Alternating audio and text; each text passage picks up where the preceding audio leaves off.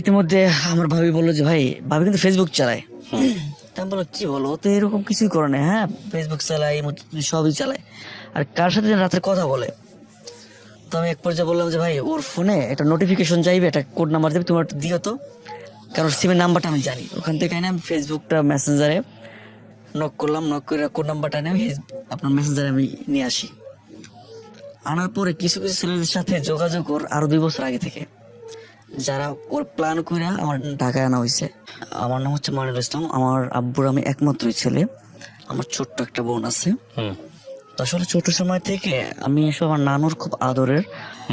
আমরা 12 ভাই বোন, এর ভিতরে আমি একটু বড়, এবং ছোট সময় থেকে আমার নানু শখ করে তার বাড়িতে রাখতো। তো মেবি আমি নানুরে এতটাই পছন্দ করতাম, আসলে তারা ছাড়া থাকতেও পারতাম না। আর সেও ওই রকমের বড় নাতি আমি, ওইভাবে সে আমাকে লালন পালন করা শুরু করলো। তো আমার নানু এমন একটা অবস্থানটা হয়েছে যে আমার বিয়ে পর্যন্ত সে আমার আগে নিয়ে আসছে। আচ্ছা। তো আমি যখন লেখাপড়া করি, আমি ভালো একটা স্টুডেন্ট ছিলাম। তো ওই সময় থেকে আর কি নানু বাড়ির খুব চাহিদা যে আমি নানু বাড়ি থেকে লেখাপড়া করবো। নানু বলতেছে হ্যাঁ এখানে থাকবা। তো ওখান থেকে আমি এসএসসি কমপ্লিট করি। আর হচ্ছে আমি সায়েন্স স্টুডেন্ট ছিলাম। তো ওখানে বসে আমার হচ্ছে যে আমি 3 বছর গ্যাপ এসএসসি পরীক্ষাটা দিই। আচ্ছা। এটা হচ্ছে আমার একটা ফ্রেন্ডের জন্য।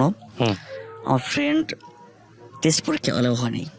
তো না হওয়ার পরে ও বললো কি দোস্ত, আমি তো পরীক্ষা দিতে পারবো না, তো তুই একটু দেখো। তা আমি সায়েন্স স্টুডেন্ট, আমি সবগুলো সাবজেক্টে পাস করেছি। তো আমি স্যারকে বললাম স্যার একটু যদি দেখেন আমার ফ্রেন্ডের। বলছে যে তুমি যদি ওর সাপোর্টার করো না, ও 6টা সাবজেক্টে পাচ্ছে, তো তাহলে তুমি এসএসসি পরীক্ষাটা দিতে পারবো না।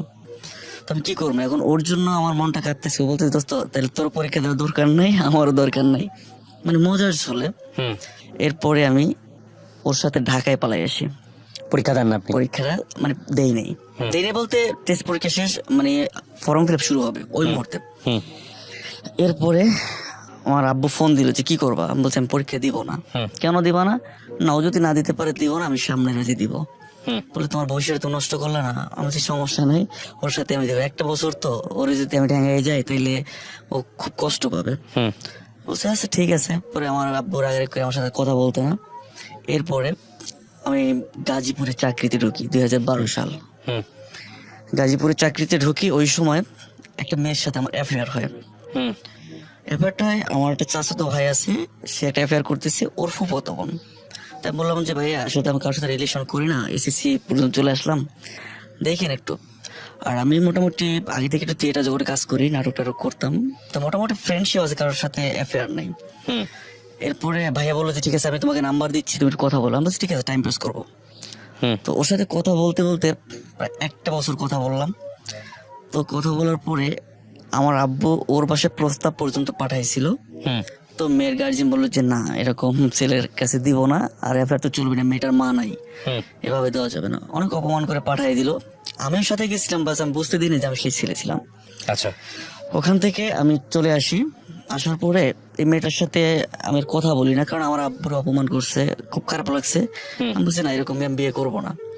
তো এই মেয়ে, ওর নানি মারা গেছে, ওই মুহূর্তে ও নানু বাড়ি চলে গেছে। আচ্ছা। যাওয়ার পরে একটা মেয়ে, ওর খালাতো বোন, এর সাথে বলল যে আমি একটা ছেলেকে ভালোবাসি, ছেলে আমার পাত্তা দিচ্ছে না। অবশ্য আমার বাসা পর্যন্ত আসছিল, আমার খুব অপমান করছে, এখান থেকে দোষটা আমার না, অনেক কাঁদলো। ওই দিনকে রাত ওর নানি মারা গেছে। আচ্ছা। এরপরে এই মেয়েটা বললো যে ঠিক আছে, এমন কোন ছেলে যে তোমার কাঁদাইতে পারে, তোমার নাম্বারটা আমার দিতে পারো, তাহলে আমি একটু দেখি ছেলেটা কেমন।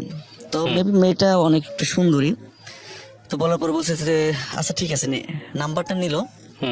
নেওয়ার পরে আমার রাত 3টা একটা মিসড কল দিল। তো ওই মুহূর্তে আমি আব্বুর পাশে শোয়া, আমি বাইরে যে ব্যাক করলাম, জিজ্ঞেস করলাম যে কি বলছে, সালাম আলী দিয়ে বললাম। তো বললো যে আমি তোমার বউ হই। ডিরেক্টলি আমি কখনো নাম্বারটা দেখে একদম আনো না। আমি অবাক হয়ে গেছি যে আমার বউ, মানে ভাই আমি তো বিয়ে করি নাই। বলছে সমস্যা নাই, বউকে হতে পারি না, আজ না হলাম পরে তো হতে পারবো, আশা তো পূর্ণ হবে ইনশাল্লাহ যদি আমি একুরেট নিতে থাকি। আমি বলছি ঠিক আছে ভাই, আমার এখন সময় না, আমার আব্বু শোয়া, ওখান থেকে চলে আসছি, কালকে সকালে আমি ফোনে কথা বলবো। আচ্ছা ঠিক আছে। তো ফোনটা রেখে দিই। পরের দিন চিন্তা করলাম যে কে এই লোকটা, আমি একটু ব্যাক করি। তো আমি ফোনটা ব্যাক করলাম, করার পরে আমি জিজ্ঞেস করলাম আপনার নাম কি? বললো যে জান্নাত। আমার নাম জান্নাত। আমি বললাম যে আচ্ছা ঠিক আছে, তো আপনি একটু আপনার পরিচয়টা দিবেন। বলছে যে হ্যাঁ আমার নাম এটা, আমার বাড়ি হচ্ছে পটুয়াখালীতে। হুম ও আচ্ছা, পটুয়াখালী। তো আমি চিন্তা করলাম যে পটুয়াখালীতে আমার কোনো পরিচিত কোনো লোক নাই, কোনো আত্মীয় স্বজন নাই, তাহলে নাম্বারটা কোত্থেকে আসতে পারে, একমাত্র ওই মেয়েটা দিতে পারে। হুম তো আমি ওই মেয়েটাকে ফোন দিলাম, দিয়ে বললাম যে আমি তোমাকে বিয়ে করতে চাই, একা বিয়ে করবো আমার সাথে? বললো যে হ্যাঁ করবো। আমি বলছি ঠিক আছে তাহলে করবো, যে আমি একটা সমস্যার মধ্যে আছি, একটা নাম্বার থেকে আমাকে না ডিস্টার্ব করতেছে একটা মেয়ে। হুম আমি চিন্তা করতেছি তোমার বিয়ে করবো না ওর বিয়ে করবো, এখন তো আমি একটু টেনশন করে গেছি। হুম বলছে লাস্টে নাম্বারটা কত, নাম্বারটা বললাম, বললো যে আমার খালাতো মনে হয়। হুম তাই আমি বললাম যে ভাই এটা ঠিক করো না, কারণ আমি কিন্তু এই ধরনের পুরুষ না, আমি তো তোমার সাথে কথা বলি না, হয়তো রাগ থাকতে পারে, তার জন্য এই না যে আমার নাম্বার তুমি আরেকজনকে বিক্রি করে দেওয়া, তোমার সাথে কন্টিনিউ এরকম সম্ভব, আমার এটা সম্ভবই না। হুম। কারণ আজকে তুমি এটা করছো, কালকে আরেকটা করে, পাগলে মানে নেই। হুম ঠিক আছে তুমি ফোন রেখে দাও। তো মেয়েটা আমি আবার ফোন দিলাম, বললাম যে ভাই তোমার পরিচয়টা আমি না পেয়ে গেছি, তো এই ক্ষেত্রে তুমি যদি আমার সাথে কথা বলো না, তাহলে কিন্তু কন্টিনিউ বলতে হবে, কারণ কি এখন তুমি কথা বলবা, আমার নিজের ভিতরে কনফিডেন্স আছে যে আমি তোমার সাথে যদি 15 দিন বা 1 মাস কথা বলি না, পরে তোমার বলতে পারবো না, এই ভোগান্তিতে বাইজো না, তুমি এসে কাইটে পড়ো, তো কি করতে চাও? বলছে আমি তোমার সাথে সম্পর্ক করবো। বলছে কিভাবে এটা সম্ভব, তোমার একটা আত্মীয় আমার সাথে সম্পর্ক করছে, এটা জানিস তুমি করবা? বলছে হ্যাঁ করবো। আচ্ছা তো তোমার আমি দেখতে চাই, কিভাবে? বলছে দেখা সম্ভব না, এভাবে তুমি করতে পারবো? হ্যাঁ করবো। আচ্ছা ঠিক আছে। তো আমি কন্টেন্ট কথা বলতে লাগলাম, তো বললাম যে ভাই আমার সাথে কথা বলো, এখন থেকে একটু টাইটে পড়ো, না হলে পরবর্তীতে কিন্তু ফাইসে যাইবা। হুম বলছে আচ্ছা সমস্যা নাই, তুমি কন্টেন্ট কথা বলো। এরপরে আমার সিমটা হঠাৎ করে ব্লক হয়ে যায়। হুম ব্লক হওয়ার পরে আমি ঢাকায় আসি, ঢাকায় মহাখালী একটা চাকরি নেই। হুম 6টা মাস সিমটা বন্ধ থাকে, 6টা মাস পরে চিন্তা করলাম সিমটা ওঠে, এর ভিতরে কোনো কন্ট্যাক্ট নেই ওর সাথে। 6 মাস পরে মেবি, হ্যাঁ 6 মাস 5.5 মাস এরকম। এবার সিমটা তুললাম, তোলার পরে 5 মিনিটের মাথায় ওর ফোনটা চলে আসছে। তো আমি ওকে চিন্তা করলাম যে 6 মাস ধরে সে ট্রাই করছে হ্যাঁ 6 মাস ধরে আমি চিন্তা করলাম, ফোনটা দিয়ে বললাম যে ভাই তুমি কতবার ট্রাই করছো? বলতেছে প্রতিদিন অন্তত প্রতি ঘন্টা একবার দিছি আমি, যে কখন বাবা খোলে। তো আমি অবাক হয়ে গেছি যে কি বলো তুমি? বলছে হ্যাঁ তুমি কোথায় আছো? আমি বললাম যে আমি তো ঢাকায় আছি। বলছে যে আমি ঢাকায় আছো, তো আমি সামনের মাসে ঢাকায় আসতেছি, তো এবারে তোমার ছাড়তেছি না, এবার আমি তোমার সাথে দেখা করবোই যেভাবে হোক না কেন। হুম আমি বলছি ঠিক আছে এসে ফোন দিও। তো 14 ডিসেম্বর আমাকে ফোন দিল, বললো যে আমি ঢাকায় আসছি, আমি তোমার সাথে দেখা করতে চাই। তা আমি বললাম যে কোথায়? বললো যে মিরপুর। তখন চিন্তা করলাম যে একটা মেয়ের সাথে আমি হয়তো বা আগে 6 মাস কথা বলেছি, মধ্যে 6 মাস গ্যাপ গেছে, এখন আবার মিরপুরে যাবো, যাই যদি একটা ঝামেলায় পড়ে যাই, যাওয়া যাবো না। তো আমি বললাম যে ভাই আমি সরাসরি ওখানে যেতে পারবো না, তুমি জিয়াউদ্দিন চলে আসো। আমি কখনো জিয়াউদ্দিন যাই না, যদিও আমার এক কাকা ছিল আমার বয়সী, বলে জিয়াউদ্দিন ভালো হবে। আমি বলছি ঠিক আছে।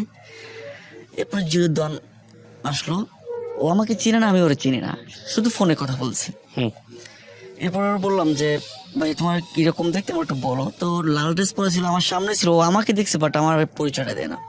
5 মিনিট ঘোরার পরে পরিচয়টা দিল। তো দেখার পরে কি থেকে কি করছি জানি না, দেখার পর প্রপোজ করছি তুমি আমার বিয়ে করবা কিনা। মানে আর কোনো কথাই বলি নাই, বলছি তুমি আমার বিয়ে করবা? বলছে হঠাৎ করে এই প্রশ্নটা কিভাবে করলা? আমি বলছি দেখো আমার ডিসিশনটা এরকমের, তোমার ভালো লাগছে, এতদিন কথা বলছি, তবে এখন থেকে আমি কন্টিনিউ তোমার সাথে সম্পর্কটা করতে চাই। হুম তবে যদি আমার বিয়ে করতে পারো, আমার সাথে কথা বলো, বিয়ে যদি না করতে পারো তোমার সিমটা না ব্লক করে ফেলো বা খুলে ফেলো, যাতে আমি তোমার না পাই। হুম কোনো কথাই বললো না, অনেক কিছু কিনা দিলাম, খাইলো না। তারপর ওরে আমি মহাখালী থেকে ওদিক থেকে হয়ে মিরপুরে আমি আগাই দিই, ওরে আগাই দেওয়ার পরে বাসাটা ও চিনাই নাই আমারে। তো আমি ওখান থেকে চলে আসলাম। আসার পরে আমি বললাম যে তুমি ভালো মন্দ আমার জানাইও। একদিন পরে ওর খালা আমাকে ফোন করলো যে তোমার নাম কি মাইনুল? আমি বললাম হ্যাঁ। বলে যে তুমি একটু আমাদের বাসায় আসবা, এরকম তো জান্নাত বললো তোমার কথা, আসলে ওরা বিয়ে দিতে চাই আরো 1-2 বছর আগে থেকে, ও তো বিয়ে করতে চায় না, তো এখন ইচ্ছাকৃতভাবে একটা ছেলেকে পছন্দ করছে, সেই ছেলেটাকে একটু দেখতে চাই আমরা। হুম তা আমি বলছি যে আন্টি কিভাবে কি যাই? আচ্ছা ঠিক আছে আমি পরে জানাইতেছি আপনাকে। তোমার কাকাকে বললাম যে কাকা আমার সাথে একটু যাইবা। কোথায়? এই যে মেয়েটার দেখলাম ওর বাসায় যাইতে বললো। হুম বলেছে বাবা তুমি যাইও না, কারণ ঢাকার অবস্থা তুমি জানো না, যাওয়ার পরে পোলাপান তোমার আটকায় এবং মায়ের দেবো, লাস্টে পুলিশে দিয়ে দেবো, এটি দরকারই নেই তোমার। হুম তা আমার মন তো মানতেছে না। আমি আমার একটা চাস্তো ভাই এসে ফোন দিলাম যে ভাই আমার সাথে একটু যাবে। বলতে কোথায়? আমি বললাম যে এক জায়গায় যাবো, এরকম একটা মেয়ে দেখতে, তবে গেলে কিন্তু মায়ের খেতে হবে, এটা কিন্তু শিওর। বলছে যে ঠিক আছে তুই আমার বড় ভাই, তুই যদি মায়ের খাইতে পারো, আমি কিছু খাইতে পারবো না। আর ঠিক আছে চলে আয়। এবার নিয়ে চলে গেলাম ওখানে, প্রায় 2000 টাকার চকলেট নিয়ে গেলাম। যাওয়ার পরে এত সুন্দর আপ্যায়ন করলো আমারে, মানে কি বলবো, মানে পরিচিত মতো। ওকে, তো বলার পর বললো যে ঠিক আছে, জান্নাতের বাসায়। হ্যাঁ জান্নাতের বাসা, জান্নাতের বাসা না, ওটা হচ্ছে ওর খালার বাসা, ওকে, বেড়াইতে আসছে। তো আমার আন্টি বললো, ওর খালা, যে তোমার খালা আসুক, তারপরে একটু কথাবার্তা বলো, দেখো কি বলে সে। 10 মিনিট পরে সে চলে আসলো। এটা ভালো জায়গায় চাকরি করে, উচ্চ র্যাঙ্কের। তো এসে জিজ্ঞেস করলো তোমার নাম, বললাম, বাড়ি কোথায় সেটাও বললাম। বলার পরে বললো যে তুমি কি এই মেয়েটাকে বিয়ে করতে চাও? হ্যাঁ বিয়ে করতে চাই। আচ্ছা তোমার কি আছে? তো আমি বললাম যে আমার শুধু একটা ঘর আছে, জায়গা জমি কিচ্ছু নাই, আমার এক বাবার একা, আমার আব্বু কাঠ মিস্ত্রি কাজ করে, এতটুকুই। তো বললো যে এই অবস্থা তুমি নিয়ে মেয়ে খাওয়াবো? আমি বলি সরকারের চাকরি করি। বলছে এই অবস্থাটা মেয়ে দিব না। আমি বলছি ঠিক আছে, যদি আপনি না দেন এখানে জোর করে নিতে পারবো না, তবে ওরে আমি অনেক লাভ করি, আর এটা যদি না হইতো তাহলে হঠাৎ করে একটা বাসা পর্যন্ত আমি আসতে পারতাম না। বলছি ঠিক আছে, তাহলে একটা কাজ করো, যেহেতু আমার মেয়ে পছন্দ করছে তোমারে, তোমার একজন গার্জিয়ান নিয়ে আসতে হবে। আমি বলছি গার্জিয়ান সাথে আমি এখন পর্যন্ত কথাই বলতে পারিনি, আগে আপনাদের সম্মতি পাই তারপর ট্রাই করব। আর মেবি মনে হয় যে আমার আব্বু এটা রাজি হবে না। বলছে ঠিক আছে, রাজি না তো কিছু করার নাই, তাহলে আমাদের মেয়েটা তোমার দিতে পারবো না, কারণ রাস্তার ছেলের কাছে তো মেয়ে দেবো না আমরা, যেহেতু তোমার এমনিতেই কোনো জায়গা জমি নাই, টাকা পয়সা নেই, কিচ্ছু নাই, তারপরে গার্জিয়ান যদি না থাকে সেটা তো দেবো না। আমি বলছি ঠিক আছে, আমি আব্বুর সাথে কথা বলে দেখি, আমি কালকে আপনাকে জানাবো। এরপরে আমি বাসায় ফোন দিলাম, বাসায় ফোন দিয়া আব্বুরে বললাম, আব্বু বললো যে তোমার আমি তেজ্য করে দেবো, এরকম মেয়ে বিয়ে করার দরকার নাই, যদি করো তাহলে একা করো, তোমার মতো ছিল আমার দরকার নাই। তো আমি ওই সময় একটু কি মনস থেকে করে বলছি জানি না, আমার আব্বুর বলছি যে এখানে আপনি আমার জন্মদাতা, আপনি যদি আমার ভুলে থাকতে পারেন আমি ভুলে থাকতে পারবো, তবে আজ না হোক কালকে এমনিতে মানে নিতই ওটা। তো আমি আম্মার সাথে কান্নাকাটি করলাম, আম্মা অনেক বুঝাইলো, বোঝানোর পর বললো যে ঠিক আছে তাইলে একটা কাজ করো, আমি তোমার কালকে জানাই, দেখি কি বলো, তোমার কাকার আলোচনা করে দেখি। তো আমি এদিকে অলরেডি জানাই দিছি আমার আব্বু রাজি না। তো আমারে বললো যে ঠিক আছে তাহলে একটা কাজ করো, তোমার একটু বাসায় আসো। আমি গেলাম, আমার শাশুড়ি উনি আমার অনেক বুঝাইলো যে মিরাজ, তোমার আব্বু যদি একেবারে রাজি নাই হয় তাহলে তুমি কালকে আসবা, আমি আমার মেয়েটাকে তোমার হাতে তুলে দেবো, আর কারোর দরকার নেই, আমি একাই যথেষ্ট। কেন ওনার মা কথা কেন বলতেছিলেন? এটা বলছে এই ওনার এই একটাই মেয়ে, আরো 2টা ওর বোন আছে, সৎ বোন, আর এই মেয়েটা ছোট সময় থেকে যা চাই সবই দেয়, আর ওর বিয়ে দিতে চায়, ও বিয়ে বসবে না, কিন্তু আমার সাথে রাজি হয়ে গেছে ও।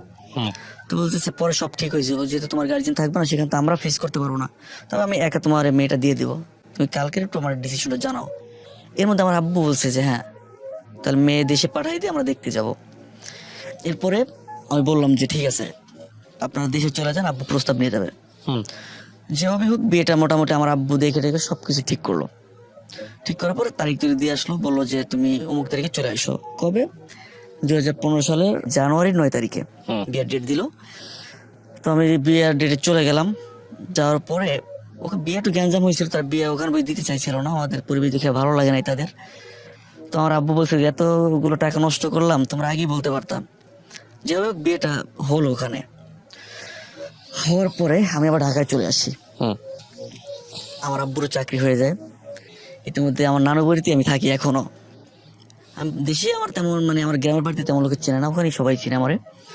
তো নানু বললো যে বউ উঠে আনতে হবে না, আমি বললাম যে আমার কাছে টাকা নাই। তাহলে বিয়ে করছে কি জন্য? টাকা পয়সা নেই, বিয়ে শাদী করছে, এখন কি দিব টাকা? তখন নানু ওই সময় আমার যত খরচ উনি খরচটা বহন করে।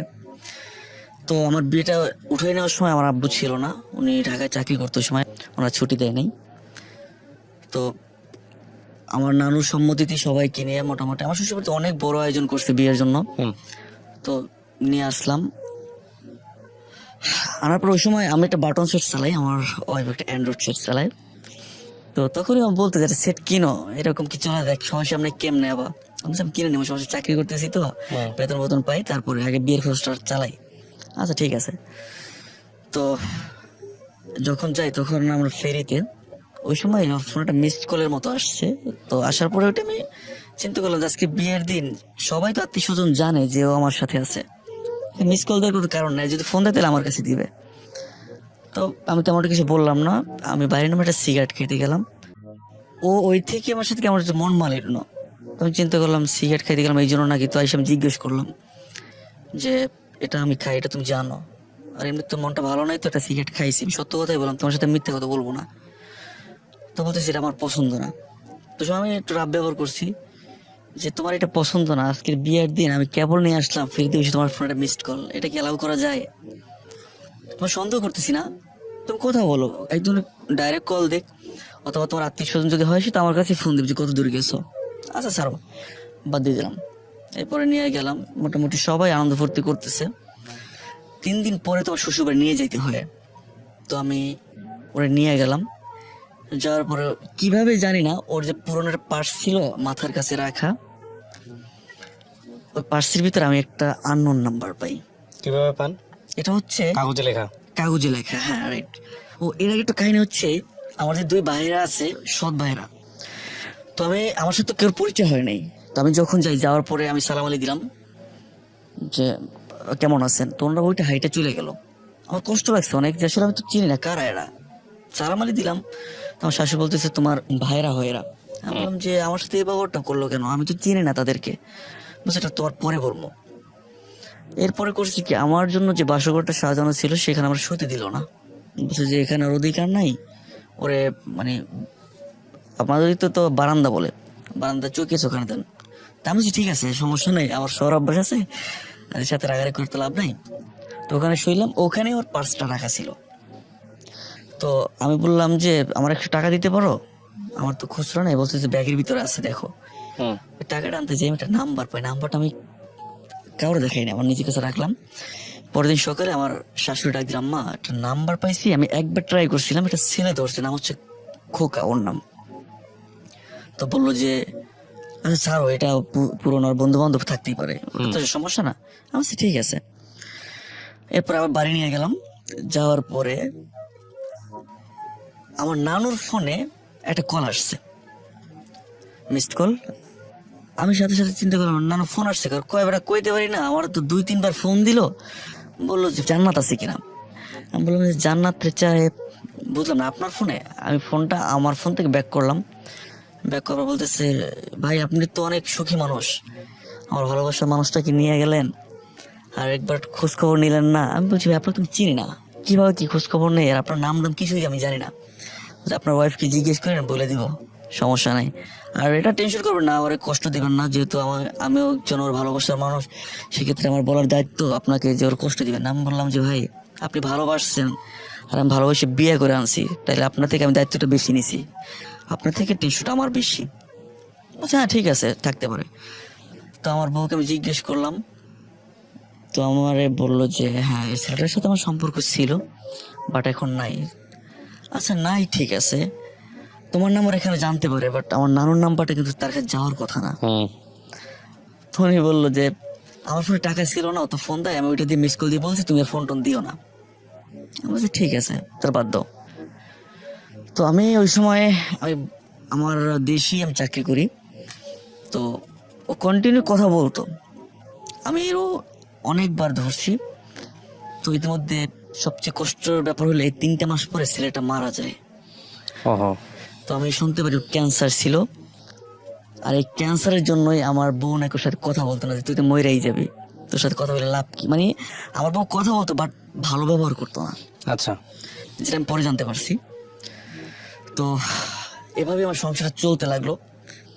তো আমি তো এক পর্যায়ে বেকার হয়ে গেলাম, আবার আমার আব্বুরে বললাম আব্বু কি করবো। তো বিয়ের 6 মাস পর আমার বউ বললো কি দেখো তুমিও মোটামুটি শিক্ষিত, আমি মোটামুটি শিক্ষিত, একটা কাজ করি, আমরা বসে রয়েছি, আমরা কোথাও দূরে যে চাকরি করতে পারি না। আমি বলছি হ্যাঁ এটা তো করা যায়। আব্বুরে বললাম, আব্বু বললো যে নতুন বলে চলে যাবি, কই যাবি। তোমার একটা মামা আছে, চাচাতো মামা, ওনার সাথে আলাপ করলাম, বললো যে চিটাগং যাও। আমি বলছি ঠিক আছে। তো এই চিটাগং এর জন্য আমি রওনা দিয়ে গেলাম বউ নিয়ে। তো যাওয়ার পরে আমার কাছে যে টাকা পয়সা ছিল আমার মামার কাছে ধার দিছিলাম লঞ্চ থেকেই। তো উনি এক পর্যায়ে ওখানে যাওয়ার পরে আমার ফালাই রেখে উনি পালাই চলে গেছে। আচ্ছা, যাওয়ার পরে কি করবো বুঝতে পারতেছি না। আমার লাইফের প্রথম আমি রাজ্য গেলে কাজ করি, মানে রাজমিস্ত্রির সাথে হেল্পার, কি কোন কোন কাজ পাই না, আমি চিনি না কিছু। তো পাশে আমার ভাই আছে, ওনার বললাম, বললো যে আমি তো রাজমিস্ত্রি, আমার সাথে হেল্পারই করতে পারো। তো আমি একদিন যাইয়েই আমার এমন অবস্থা হয়েছে, আমার 2 হাতে ফসকা পড়ে গেছিল রড বানতে বানতে। তো ওই সময় আমার বউ কান্দে দিছে। তো বললো যে ভাই এত কষ্ট করো, আমি বলছি, সমস্যা নেই তুমি আসো তো, সমস্যা নাই বলে আমি চাকরি করলাম। তোমার সাবজেক্টটা পরে আগে আমি একটু নিজে ঠিক হই তারপরে। তো 2-3 দিন কাজ করলাম, করার পরে আমার এক ভাই বললো যে ভাই আপনি কতটুকু লেখাপড়া করছেন? আমি বলছি যে আমি ইন্টারমিডিয়েট করছি। বললো যে ভাই এক জায়গায় একটা লোক নিবে, কিন্তু সেখান থেকে কম্পিউটার অপারেটর, কম্পিউটারের কাজ জানা লাগবে। আমি বলছি ভাই আমার মোটামুটি কমসে কম 5 থেকে 7 বছরের অভিজ্ঞতা আছে, আপনি কি কাজ করাবেন? আমি এক্সেল, গ্রাফিক্স ডিজাইন, মানে যে কাজ বলেন অফিসিয়াল এক্সেল যা বলেন সব কাজ আমি করতে পারি। বললো যে ঠিক আছে তাহলে একটা ইন্টারভিউ দিতে পারো, তবে এখন তো আমি যতটুকু জানি মোটামুটি মাস্টার্স বা সমমান এরকম কিছু নিবে। ঠিক আছে ট্রাই করে দেখি। তো ওখানে গেলাম, আমি 14 জনের পিছনে সিরিয়াল ছিলাম। তো কোম্পানি তো আসলে সার্টিফিকেট থেকে কাজের মূল্যটা বেশি দেয়। তো ওখানে যারা ইন্টারভিউ দিচ্ছে আমি 4 নম্বরে, আমি সিলেক্টেড হয়ে গেলাম ওখানে। ওকে। তো হওয়ার পরে ওই সময় আমার বেতন ধরো 14,000 টাকা, দৈনিক নাস্তা করে 100 টাকা, এবং গাড়িতে আমার দিয়ে আসবে, দিয়ে আবার বাসা থেকে নিয়ে যাবো। এরকম ছোট কোম্পানি, বাট অনেক মূল্যায়ন করলো। তো চাকরিটা করতেছি আমার বউ হঠাৎ করে, আমার বউ চাকরি নিল, সরি ভুলে গেছি, আমার বউ গার্মেন্টসে চাকরি নিল। এখন চাকরি করতে করতে পাওয়াটা গেছে ফুইলা, এখন বাসায় আসলে প্রচন্ড রাগ করে আমার সাথে। তো আমি বলছি ভাই আমার যে বেতন বর্তমানে মোটামুটি দুজনে চলে বেড়ে থাকতে পারি, তো চাকরি করো না, বাট আমার সাথে এরকম ব্যবহারটা করো না। তো ওখানে একটা মেয়ে ছিল, কি জন্য জানি না স্যার, যে আসলে আমি যে ওয়াশরুমে যাইতাম ও দরজায় দাঁড়াই থাকতো। আপনাকে পছন্দ করতো? হ্যাঁ, কিন্তু আমি জানতাম ও কিন্তু জানে আমার বউটা সব আছে, ফেস টু ফেস দরজা দাঁড়াই থাকতো, কিন্তু এটা তো আমার ত্রুটি না, আমি তার খেয়ালও করতাম না। বাট ওইটা নিয়ে আমার ঘরে প্রচন্ড ঝামেলা, কারণ আমি বললাম যে আমি বাসাটা চেঞ্জ করবো, বাট একটা মাস সময় দাও আমার, একটা মাসের আগে তো বাসা ছাড়তে পারতেছি না।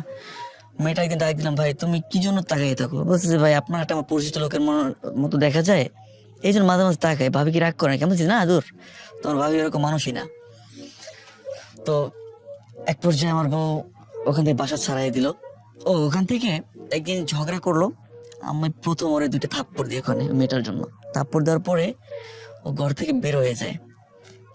ওই সময় মেবি আপনার ভোর 6টা বের হয়ে যায়। এমন একটা জায়গা আপনার ওটা ছিলাম আমি, অক্সিজেন, ওখানে পাহাড় পর্বত আছে অনেক। তো একপরে চলে যায়, ফোনটাও নেয় না। আমি 1 ঘন্টা পরে পাগলের মতো ছোড়াছুড়ি করতেছি, কই গেল? আমি তখন কি ওয়াশরুমে গেছে বা রান্না করতে যাইতে পারে, দেখি না, কি করে বুঝতে পারতেছি না। তো ওই 6টা থেকে 10টা পর্যন্ত পাগলের মতো খুঁজলাম, কোথাও পাইতেছি না। তো আমার এক মামা বললো পরিচিত, যে মামা একটা মাইকিং নামাই দাও না। আমি বলছি মামা এগুলো করতে চাই না, আগে একটু দেখি না কি হয়। 10টার পরে আমার এক নানি ফোন দিল, মুরব্বি করে ফোন দিয়ে বললো যে তোমার ওয়াইফ তো আমার কাছে আছে। আমি কি কোথায়? পাহাড়ের ভিতর, তুমি নিচ থেকে আসো, আমি তোমার খুঁজে নেবো। তো আমি ওই মুহূর্তে ওখানে চলে গেলাম। যাওয়ার পরে শুনলাম যে আমার বউ নাকি ট্রেনের রাস্তা দিয়ে হাঁটছিল, ওই নানি ধরে নিয়ে বসেছে। কি হয়েছে? আমার জামাই মারছে আমারে, ও এই জন্য। তো নানি আমার মিলাই দিল। তো ওই সময় নানির 500 টাকা দিলাম, দেওয়ার পরে ভালো মিলে গেলাম। আমার বউ আমার কাছে মানে আমার জড়িদের কান্না করলো অনেক, যে আমি ভাই ভুল করে লেছি। আচ্ছা ঠিক আছে সমস্যা নাই, তুমি আসো। এরপরে স্যার পরের সপ্তাহে আর একবার এরকম মেয়েটা সামনে দাঁড়াইছে, আমার বললো যে মেয়েটা নিয়ে থাকো, আমি চলে গেলাম। আবার চলে গেল, আমি আবার খুঁজতে পারিলাম, সেই নানির বাসায় গেলাম। যাওয়ার পর স্যার এমন সিনকিট করলো, আমার দেখার পর আইসে আমার কলারটা ধরলো রাস্তায়। তুই আসছো কি জন্য এই জায়গায়? আমি বলছি ভাই তোমার খোঁজার জন্য আসছো। তুমি কি জন্য আসছো? তুমি মেয়েটা নিয়ে থাকো না। আমি বলছি ভাই এটা বললো না, আমি কোয়ালিটি মানুষটা তুমি জানো। বলছি আমি জানি সবই, তুমি চলে যাও। অনেক সিনকিট করলো, পরে নানি অনেক থামাই টামাই দিল, ভাই এগুলো করিস না, ছেলেটা মারবো বলা, মানে এরকম করো না। ওই অবস্থায় চলে এলাম। এখন স্যার মনটা ভেঙে গেছে একদম, যে কি করবো, এখানে থাকা যাবে না। এর ভিতরে আমার ওয়াইফ অসুস্থ পরে, আব্বু বললো যে ঠিক আছে দেশে চলে আসো, চাকরির দরকার নাই। 9 মাস ওখানে চাকরি করলাম। এই দেশে গেলাম অসুস্থ অবস্থা বউ নিয়ে, যে টেস্ট করলাম আমার বউ প্রেগনেন্ট। এরপরে আমি আব্বুর বললাম যে কি করবো। আমার আব্বুর সাথে সবসময় সবকিছু শেয়ার করে, আর আমার জীবনের সবচেয়ে বড় বন্ধু হচ্ছে আমার আব্বু। আমার আব্বুর বললাম যে আব্বু এরকম তো, ও এরকম প্রেগনেন্ট হয়েছে, কি করবো? বলছে কি বলো, প্রথম বাচ্চা, এটা তো রাখা লাগবে, তোমরা রাখবা। আচ্ছা ঠিক আছে। আমার বউ রাখতে ইচ্ছুক না, সে বলছে আমার বাচ্চা রাখা সম্ভবই না, বাচ্চা নেবার পরে। আমি বলছি না ভাই এটা নষ্ট করা যাবে না। আমার শাশুড়ি সবাই মিলে রাখলো। ওই সময় প্রচন্ড পরিমাণ বেকার, মানে আমার কাছে 10টা টাকাও নেই।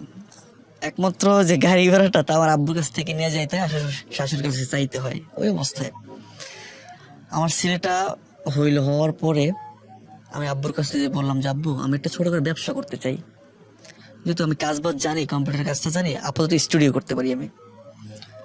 বলছে যে না, ব্যবসা করা যাবে না, বর্তমানে ব্যবসা কোনো লাভ নাই, আর তুমি করতে পারবে না যেহেতু কোথাও করো নাই। আমি বলছি আমি করবো। আমার আব্বু দুটো থাপ্পড় দিল আমার বউয়ের সামনে। আমি রাগ করে চলে যাইতেছিলাম বাড়ি থেকে, আমার বউ বললো না, আব্বুই তো মারছে, সমস্যা কি, আবার ঠিক হয়ে যাবো। পরের দিন আমার আব্বু ডাইকে বললো যে টাকা কই পাইবা।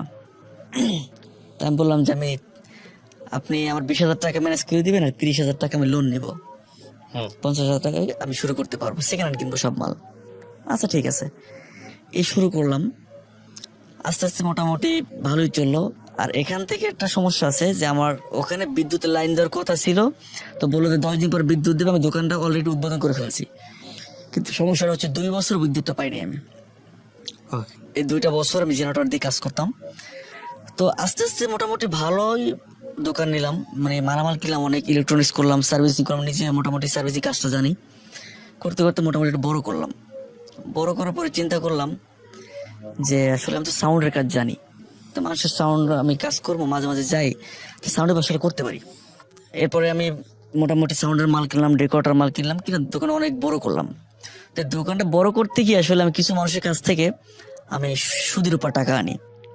টাকা আনছি 1 লাখ টাকা, কিন্তু আমার 1 বছরে টাকা হয়ে গেছে প্রায় 3.5 লক্ষ টাকা। যাই হোক, মোটামুটি দোকানে মাল বাসে প্রায় 10 লক্ষ টাকার মতো। এরপরে আমি একটা প্রোগ্রাম চালাইতে যাই, ওই সময় আমার দোকানটা চুরি হয়ে যায়। আমার 4 লক্ষ টাকা মাল নিয়ে যায়। তো আমি চোরটা আর ধরতে পারি নাই, কোনো খোঁজই পাইলাম না ওর। এরপরে কি করবো, গত 22শে রমজান এই টেনশনে আমার হার্ট অ্যাটাক হয়। হ্যাঁ, মিনি স্ট্রোক যেটা বলে। মানে এক পর্যায়ে আমার বাম সাইডে সমস্যা হয়ে গেছিল, বরোনা থেকে রিটার্ন করলো যে ন্যাশনাল হার্ট ফাউন্ডেশন মিরপুর আছে, ওখানে যান, ওখানে গিয়ে ভালো চিকিৎসা পাবেন। আমি এখানে চলে আসলাম। হারার পরে ওখানে একটা স্মৃতি রয়ে যায়, আমি টাকা আনছি সুদের উপরে। ওই সময় আমার কাছে 5,000 টাকা ছিল লাস্ট পর্যায়ে। ওই সময় আমার বউ বললো কি যে ঈদ আসছে, আমি বললাম যে ওষুধ তো কিনতে হবে। বললো যে ঈদ আসছে, এখন তো কিছু তুমি দিতে পারলা না, আমার একটা 3 পিস দাও না। আমি রাগ করছিলাম যে আমার ঔষধ নাই, ও বললো একটা 3 পিস। আচ্ছা ঠিক আছে চলো যাই। আমি আপনার সাইড সে জামা কাপড় কিনে দিলাম, একটা টাকা হাতে রাখি নাই। কিনে দেওয়ার পর দেশে চলে গেলাম। যাওয়ার পরে আমার বউ বললো যে দেখো, তোমার এই টেনশন করতে হবে না, তুমি আর চেয়ারম্যানে নিয়ে ঢাকায় চলো। আচ্ছা ঠিক আছে। আব্বুর সাথে কথা বলে ব্যবসা সব বিক্রি করে ফেললাম, বিক্রি করে যার যার টাকা পয়সা দিয়ে দিলাম, কিছু টাকা মানুষ পাবে। ওই নিয়ে নারায়ণগঞ্জ চলে আসলাম। নারায়ণগঞ্জে আসার পরেই ও আমার সাথে কেমন যেন একটা মিসবিহেভ শুরু করলো এই জন্য যে আসছো, যেরকম পারো চাকরি করবো, আমার টাকা হাত দিতে পারবো না, আমি চাকরি করবো। আচ্ছা ঠিক আছে করো। ওরা চাকরি দিলাম, আমি চাকরি করলাম। অফিসে আবার অসুস্থ হয়ে পড়লাম। তো হওয়ার পরে আমি ওখান থেকে রিজাইন করলাম। করার পরে আমার বউর কেমন জানি মতিগতি ভালো না। এরপরে আমার এক ভাবি বললো যে ভাই, ভাবির মতিগতি ভালো না, আপনার সাথে ভালো ব্যবহার করতেছে না, একটা কাজ করেন, আপনি 2-4টা দিন দূরে থাকতে পারেন, দেখেন আপনার ভাবির মনস্তাবটা কিরকমের। তা বললাম ঠিক আছে। তো আমার বউরে বললাম যে ভাই তুমি কি চাও? বলে যে আমি তোমার সাথে থাকতে চাই না। কেন? এমনি, তুমি যদি মনে করো কারোর সাথে সম্পর্ক তুমি মনে করতে পারো, এতে আমার কিছু যায় আসে না। আর তুমি যদি পারো ঢাকার দিকে চাকরি নাও, দূরে থাকলে সম্পর্ক ভালো থাকবে। আমি বলছি আমি তোমার সাথে থাকতে পারবো না, তো তুমি তো জানো যে তোমার সাথে কোথাও থাকতে পারি না। বাবার বাড়িতে এখন যদি যাও 2-4 দিন থাকলে আমি আর থাকতে পারি না। বললো যে কিছু করার নাই। এরপরে আমার ভাবি বললো যে ভাই সত্যি কিন্তু চায় না আপনি থাকেন। আমি বলছি একটু জিজ্ঞেস করো তো। তো আবার আমার কাছ থেকে জানতে চাল তুমি কারো কাছে কিছু বলছো? আমি বলছি কি, যে আমি থাকতে দিব কি দিব না। আমি বলছি হ্যাঁ। বলছি তুমি এখানে চলে যাও। তো ওই সময় একটা রাগ হয়। রাগ হওয়ার পরে আমি বললাম যে ঠিক আছে, তাইলে এবারটি আপুর বাসা আছে ঢাকা, আমি ঘুরে আসি। আমি ওখান থেকে আমার বোনকে নিয়ে আমরা বললাম যে আমি তাহলে চলে যাই, তুমি ভালো থাকো। আচ্ছা ঠিক আছে, কোনো কথাই বল না। আমার পকেটে 500 টাকা ছিল, ওইটা রেখে দিল। ফোন ছিল, তাও রেখে দিল। আমি ওখান থেকে এক ভাবির কাছ থেকে 20টা টাকা নিয়ে ঢাকার রওনা দিয়ে আসি নারায়ণগঞ্জ থেকে। নারায়ণগঞ্জ আসলাম, আইসে আমি ফোন দিলাম যে জানাই যে আমি ভাই তুমি রাগ করো না, 2-4 দিন পরে আমি আবার আসবো। এটা জানার জন্য ফোন দিলাম, সাথে সাথে ফোনটা বন্ধ পাইলাম। পাশে করে ভাবির কাছে ফোন দিলাম, উনি বললো যে ভাই ভাবি তো সিম কিনছে দেখছি নতুন, একটু আগে হয়তো নতুন সিম ঢুকেছে। আমি বললাম নাম্বারটা দেওয়া যায়? বললো যে না, নাম্বার আমার কাছে নাই, তো একটু নতুন সিম কিনছে। একদিন পরে ফোন দিলাম, তখন শুনলাম যে 19,000 টাকা দিয়ে সে সেট কিনছে, সুদের উপর টাকায় না। ইতিমধ্যে আমার ভাবি বললো যে ভাই, ভাবি কিন্তু ফেসবুক চালায়। আমি বললো কি বলো, তো এরকম কিছুই করে না। হ্যাঁ ফেসবুক চালাই, সবই চালায়, আর কার সাথে যেন রাত্রে কথা বলে। তো আমি এক পর্যায়ে বললাম যে ভাই ওর ফোনে একটা নোটিফিকেশন যাইবে, একটা কোড নাম্বার দেবে, তোমার একটু দিও তো, কারণ সিমের নাম্বারটা আমি জানি। ওখান থেকে আমি ফেসবুকটা মেসেঞ্জারে নক করলাম, নক করে কোড নাম্বারটা নিয়ে আপনার মেসেঞ্জারে আমি নিয়ে আসি। আনার পরে কিছু কিছু ছেলেদের সাথে যোগাযোগ ওর আরো 2 বছর আগে থেকে, যারা ওর প্ল্যান করে আমার ঢাকায় আনা হয়েছে, যে বাড়ি থেকে যাইতে পারতেছে না, মানুষের মনের ব্যাপার, ঢাকায় তো পরেরটা পরে দেখা দিব। এরপরে এই ছেলেটার সাথে কন্টিনিউ কথা বলতেছে। তো ওই ছেলেটার সাথে আমি কথা বললাম, একজন পুলিশের এসআই। তো বললো যে ভাই আমি আপনার বোর সাথে কথা বলি, আমি জানি 2 বছর আগে থেকে আপনার ডিভোর্সি, এখানে আমার দোষটা আপনি দিতে পারবেন না, আপনার বউরে আপনি ম্যানেজ করেন। অনেক কথা বললো, ওরে জিজ্ঞেস করলাম, কোনো উত্তর দিতে পারলো না। আর আমার কণ্ঠটা পাইলেই ও আপনার ব্লক করে ফেলে। আমি 8টা সিম কিনছি ওর জন্য, 8টা। এখন পর্যন্ত আমার ইমো, হোয়াটসঅ্যাপ সবগুলো বন্ধ, মানে ব্লক করা। অনেক ট্রাই করলাম। পরবর্তীতে ওখান থেকে এই টাকার যন্ত্র, সুদের উপর টাকা আনছে, তো 20,000 টাকার মোবাইল কিনছে, ওই টাকার জন্য ওখান থেকে পালাই চলে আসে। আসার পর ওর কোনো খবরই পাই না। ওর আত্মীয় স্বজনের কাছে ফোন দেয়, বারবার ফোন দিতেছি, তারা এক কথাই বলে ওরা ডিস্টার্ব করে না, ওর ওর মতো থাকতে দাও, আস্তে আস্তে সব ঠিক হয়ে যাবে, আর যদি ডিস্টার্ব করো তাহলে তুমি আর হারাইবা। কি করবো, আস্তে চুপ হয়ে গেল। প্রত্যেকটা রাত্র কাঁদতাম ওর জন্য, কি করবো, এই অবস্থা কেন গেল। ও অনেক কষ্ট করছে আমার সংসারে, ওই সময় যায় না। আজকে আমার মোটামুটি একটু সুদিন আসছে, বা ওর বুদ্ধিতে আমি ঢাকা আসলাম, সবকিছু ত্যাগ করে আমার আব্বা আম্মার ফালাই রেখে আসলাম, ব্যবসা বাণিজ্য সব গেল আমার। আজকের আমি যদি দেশে থাকতাম, মোটামুটি বয়ে থাকলাম, আর অন্তত প্রতিদিন 2,000 টাকা ইনকাম ছিল, সব ছেড়ে চলে আসলাম। আজকেও চলে গেল। 8টা মাস টোটাল কোনো যোগাযোগ করতে পারিনি ওর সাথে। এরপরে একটা লোকের সাথে আমার পরিচয় হয়, ওর এলাকার। বললাম, অনেক কান্নাকাটি করলাম, আমার ভাই কি করবো, একটু সন্ধান দেন না ওর, আমি একটু দেখবো। ওর বাচ্চাটা আমার কাছে, ও তো পাগলের মতো হয়ে যাবে। 7 বছর বয়স আমার ছেলের। ও একটা নজর মারে দেখতে চাই। তো বলে দেখতেছি কি করা যায়। তা আমার উনি বললো যে আমার কাছে ফেসবুক লিঙ্ক আছে, আমি আলাপ করতেছি। এই ফেসবুক লিঙ্কে ঢুকে SMS করা শুরু করলো। তো আমার ওয়াইফের বললো আপনার নাম্বারটাতে, নাম্বার দিল, বললো ছবি দেন, ছবি দিল, আমার সব দেখাইলো, বললো এগুলো। আমি বলছি হ্যাঁ। তাহলে বললো যে আপু আপনি কি করেন, বললো যে আমি একটা গার্মেন্টসের দোকানে আছি। বললো যে ঠিক আছে, আমি আপনার সাথে দেখা করতে এমার্জেন্সি, আমি আপনার শুভাকাঙ্ক্ষী। তো ও ঠিকানাটা দিল, ঠিকানা দেওয়ার পরে আমাকে স্ক্রিনশট দিয়ে পাঠিয়ে দিল। তো আমি পরের দিনই, আমার ডিউটি ছিল, আমি বর্তমানে ঢাকায় সিকিউরিটি গার্ড চাকরি করতেছি এখন বর্তমানে। তো ওখানে বইলে আমি মোটামুটি একটা ছুটি নিয়ে আমি ওর শপিংয়ে চলে যাই। তো চাইছিলাম যে শুধু তোর একটা দেখে আমি চললাম, কথা বলবো না। তো ঢুকে ওরা দেখলাম, মাস্ক পরে ঢুকছিলাম। তো দেখে আমার চিনতে পারছে। মাস্কটা খুলে জিজ্ঞেস করলাম কেমন আছো। ওর উত্তরটা ছিল যে আসছো কেন, তোমার জ্বালানো কি শেষ হয় নাই আমারে, আমি তো চাই না তোমার মুখটা দেখতে। আমি বললাম যে ভাই অনেক কষ্ট করে আসছি, একটা মাত্র দেখে চলে যাবো, একটু কথা বলবা। বলতেছে যে আমার এখানে সবাই জানে আমি বিবাহিত এবং ডিভোর্সি, এখানে তুমি ঝামেলা করবো না, চলো ফ্লাইওভারে চলো। ফ্লাইওভারের উপরে গেলাম, যাওয়ার পরে জিজ্ঞেস করলাম ভাই এরকম করো কেন, তুমি চলো না আমার সাথে। আচ্ছা ঠিক আছে, তোমার যাইতে হবে না, তুমি বলো তোমার সাথে আমার কোথায় থাকতে হবে, তুমি যেরকম বলবা আমি সেরকম থাকবো, তুমি যা বলবা তাই শুনবো, কোনোদিন তোমার স্বাধীনতার বিপক্ষ না। তুমি একটা ছেলের সাথে কথা বলবা, আচ্ছা সমস্যা নেই, আমি সেই স্বাধীনতা দেবো। তবে একটা জিনিস জানবো, যে অন্তত নামে জানি তোমার আমি হাজব্যান্ডের সাথে থাকতে পারি, বা আমার ছেলেটা যেন তো মা বাবা দুইটা জানি থাকে। হয়তো তুমি একটা ভালো ছেলে বিয়ে করবো, আমি একটা ভালো মেয়ে বিয়ে করবো, কিন্তু ওর ভালো আদরটা কেউ দিবে না। বলে যেটা আমার তার সম্ভব না, আমি বিয়ে করে ফেলছি। আমি যেটা বিশ্বাস করি না। পরেও কার জানি আমার ছবি দেখাইলো, জোড়া ছবি। আমি জানি না যে আসলে সত্য না মিথ্যা কতটুকু। তো আমি ওখানে চোখ থেকে পানি ছেড়ে দিলাম যে ভাই এটা না আমি মানতে পারতেছি না, কি করবো, পাগলের মতো হয়েছে। মানে ওভারে ফ্লাইওভার উপরে বসে পাগলের মতো কি করবো, বলতে সিনকেট করবো না। তা আমি বললাম যে ভাই আমি এখান থেকে যাবো না। ওর সাথে সাথে ওখানে পুলিশ বক্স ছিল, ওখানে যে বললো যে স্যার ছেলেটা ডিস্টার্ব করতেছে আমার। আমি ভয় পাই গেছি একটু, যে এখানে পেশা আসলে ডিস্টার্ব করা ঠিক হবে না। পরে ও ওর খালারে ফোন দিল, বোনের ফোন দিল, বললো যে বাসায় নিয়ে আসো। তা আমি আর দেরি করি না, আমি বলছি আমি বাসায় যাবো। চিন্তা করলাম তাদের কাছে গেলে হয়তো একটা সলিউশন পাইতে পারি আমি। আমি বাসায় গেলাম, যাওয়ার পরে তাদেরকে বললাম যে আপু আমি ওর নিতে আসছি। তারা অনেক বুঝাইলো, বললো যে আমার ফেরা সম্ভব না। আমি বললাম ভাই তুমি যদি কোনো মায়া জালে আটকে থাকো সেটাও বলো, তো তুমি বিয়ে করে ফেলো তাও বলো, ঠিক আছে তাহলে আমার একটা ডিভোর্স দিয়ে আমি চলে যাই, আমার ঝুলাই রাখবে কি জন্য। তো বলছে যে ভাই এটা সম্ভব না, তুমি তোমার ভাই চলে যাও, আমার সময় আমি তোমার ডিভোর্স দিয়ে দেবো। আমি বলছি না ভাই আমি মানতে পারতেছি না।